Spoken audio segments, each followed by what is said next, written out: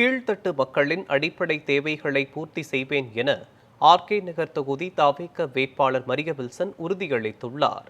வஉசி நகர் பகுதியில் உள்ள குடிசை மாற்று குடியிருப்பு மற்றும் சுற்றுவட்டார பகுதிகளில் விசில் சின்னத்திற்கு வேட்பாளர் மரிய வில்சன் தீவிர வாக்கு சேகரிப்பில் ஈடுபட்டார்.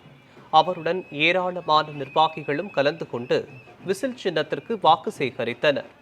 அப்போது மக்களிடம் பேசிய மரிய வில்சன், தேர்தலில் வெற்றி பெற்றதும் அடிப்படை தேவைகளை பூர்த்தி செய்து தருவதாக வாக்குறுதி அளித்தார்.